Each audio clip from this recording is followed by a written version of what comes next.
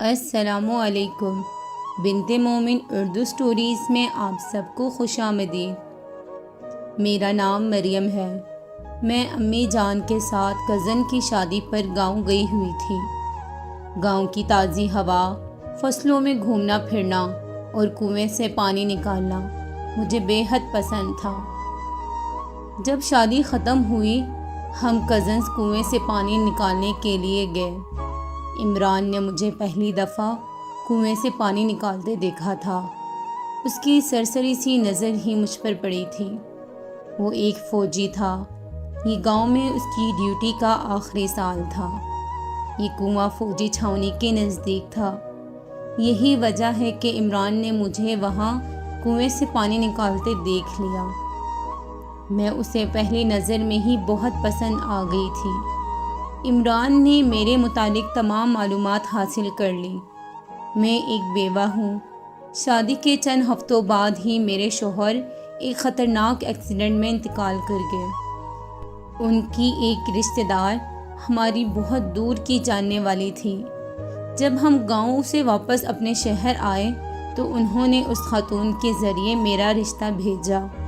اس خاتون نے موقع دیکھتے ہی میرے ہاتھ پر ایک نمبر تھما دیا اور کہا کہ انکار سے پہلے اس نمبر پر بات کر لینا۔ اس سے ایک دن پہلے میری بھابھیوں کی میرے ساتھ بے حد بحث ہوئی تھی۔ میں ابھی ان سب کے لیے تیار نہیں تھی۔ میں بھائیوں کے گھر میں ایک ملازم سے بھی بدتر زندگی گزار رہی تھی۔ میرا تعلق ایک ایسے خاندان سے ہے کہ جب ہمارے ہاں لڑکی ایک دفعہ بیوہ ہو جائے تو وہ ساری زندگی اپنے گھر والوں کی خدمت میں ہی گزار دیتی ہے۔ میرے بھائیوں کو ابھی اس رشتے کے متعلق پتہ نہیں تھا اور نہ ہی میری بھابھیوں کو۔ مجھے معلوم تھا کہ میرے بھائی اس رشتے کے لیے کبھی راضی نہیں ہوں گے۔ ان کو فری کی ایک ملازمہ جو ملی ہوئی تھی اور وہ انہیں بھلا کیسے جانے دے سکتے تھے۔ اپنوں کی لہجے اور نفرتوں نے مجھے بے حد تنہا کر رکھا تھا۔ اس دن میں چھت پر چارپائی پر لیٹے آسمان کو دیکھ رہی تھی۔ آسمان پر چمکتے ستاروں اور پرروشن چاند کو دیکھ کر میرا دل بھر آیا۔ میرا چہرہ آنسوؤں سے بھیگ چکا تھا۔ دنیا کی اس بھیڑ میں بھی میں بالکل تنہا تھی۔ میں کبھی بھی اس شخص سے بات نہیں کرنا چاہتی تھی، لیکن اپنوں کی رویوں نے مجھے اس سے بات کرنے پر مجبور کیا۔ میں آنسوؤں سے بھیگے دامن کے ساتھ نیچے آئی۔ نمبر لے کر میں امی کے سرہانے سے چھپ کر فون اٹھایا اور چھت پر چلی گئی۔ میں بہت ہی زیادہ ڈری ہوئی تھی۔ میں نہیں چاہتی تھی کہ میں عمران سے بات کرتے ہوئے پکڑی جاؤں۔ میں مزید لوگوں کی باتیں سننے کے لیے تیار نہیں تھی۔ میں نے کانپتے ہوئے ہاتھوں سے نمبر ڈائل کیا۔ ابھی کال کی بیلز گئی ہی تھی کہ میں نے فوراً فون بند کر لیا۔ ایک لمحے بعد موبائل فون کی اسکرین پر اسی نمبر سے کال آنا شروع ہوئی۔ پہلی بار میں نے کال نہیں اٹھائی۔ دوسری بار میں نے کال اٹھا لی۔ سامنے سے ایک بھاری آواز میں السلام علیکم کہا گیا۔ اسے میرا نام پہلے سے ہی پتہ تھا۔ عمران نے کہا، میرے سلام کا تو جواب دو مریم۔ میں کتنے دنوں سے تمہارے فون کال کا انتظار کر رہا تھا۔ میں نے سہمی ہوئی آواز میں وعلیکم السلام کہا۔ اس نے کہا کہ گھبراؤ نہیں مجھ سے مریم۔ میں تمہیں پسند کرتا ہوں اور تمہاری عزت کرتا ہوں۔ تمہاری عزت میری عزت ہے۔ مجھے اس کا پہلی بار میں یوں بے تکلف ہونا بالکل پسند نہیں آیا۔ میں نے کہا کہ انجان لوگوں سے بے تکلف ہونا مجھے پسند نہیں۔ اس نے مسکرا کر کہا، مریم، میں تمہارے لیے انجان نہیں۔ میں نے تو تمہارے لیے اپنا رشتہ بھی بھیجا ہے۔ تمہیں تو پتہ چل گیا ہوگا کہ میں تمہارے لیے کتنا سنجیدہ ہوں۔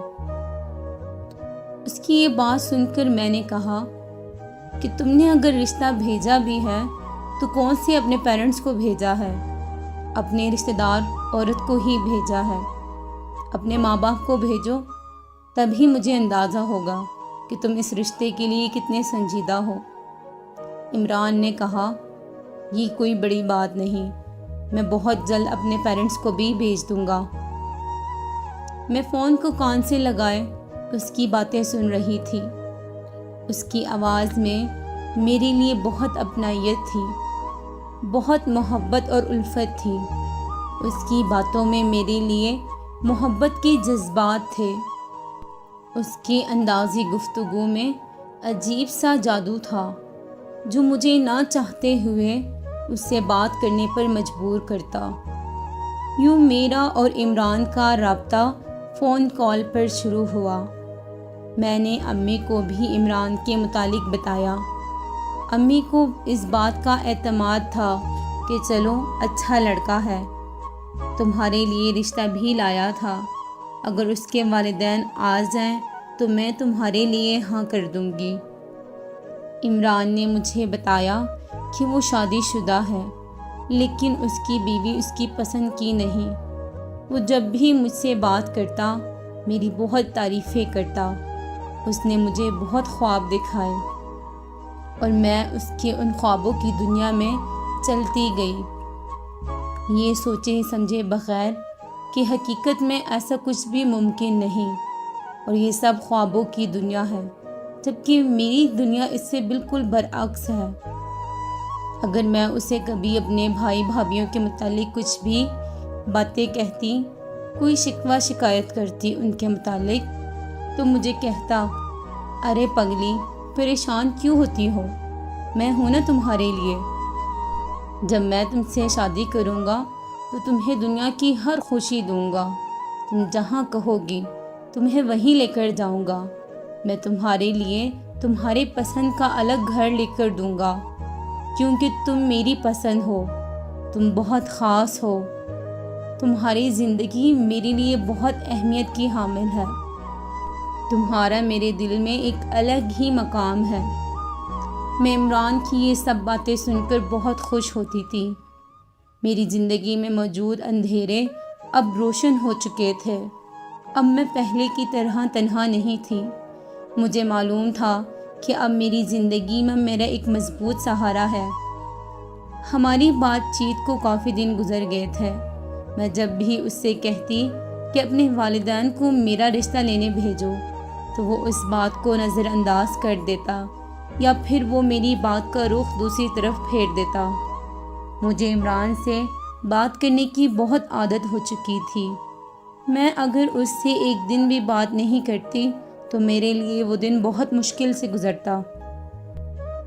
ایک دن اس نے مجھ سے کہا کہ مریم تم گھر چھوڑ کر میرے پاس آ جاؤ، ہم دونوں یہاں نکاح کر لیں گے۔ مجھے اس کی یہ بات بالکل پسند نہیں آئی۔ اس نے ایک غیر مناسب بات کہی جو میں نے کبھی سوچا بھی نہیں تھا کہ عمران جیسا شخص مجھے یہ بات کہے گا۔ آخر اسے میرے بارے میں ہر بات پتہ تھی، تو وہ مجھ سے ایسی بات کیسے کر سکتا تھا کہ میں اس کے لیے اپنا گھر چھوڑ کر بھاگ جاؤں۔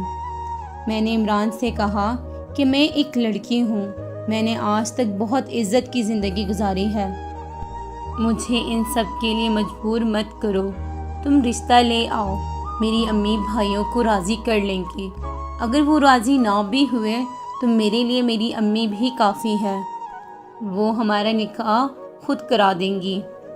یہ سننے کے بعد عمران خاموش ہو گیا۔ پھر اس نے مجھے کہا کہ مریم میری جان، تم بے فکر ہو جاؤ، تمہاری یہ بات مجھے بہت پسند آئی ہے، میرے دل میں تمہارے لیے اب مزید عزت بڑھ چکی ہے۔ میں انشاءاللہ اس ہفتے کے آخر میں اپنے گھر والوں کو لے آؤں گا، میرا تم سے وعدہ ہے۔ میں 3 دنوں کے لیے دوسرے شہر جا رہا ہوں، تم میرا انتظار کرنا، میں جلد ہی واپس آ جاؤں گا۔ میں آج تک عمران کے انتظار میں ہوں۔ میں نے کئی بار عمران کو کال کی ہے، لیکن اس کا نمبر آج بھی بند ہے، آج اس کا کوئی پتہ نہیں۔ مجھے نہیں معلوم کہ عمران کہاں گیا۔ میں آج بھی اس کی امید میں ہوں کہ عمران آئے گا اور اپنا وعدہ پورا کرے گا۔ میری زندگی میں ہونے والی روشنیاں اب دوبارہ اندھیروں کی صورت اختیار کر چکی ہیں۔ وہ خواب اب شیشے کی طرح میری آنکھوں میں بکھر چکے ہیں۔ اگر آج عمران مجھے سن رہا ہے تو میں اسے ضرور کہوں گی کہ مریم آج بھی تمہارے اس وعدے کے انتظار میں ہے اور وہ تمہاری رات تک رہی ہے۔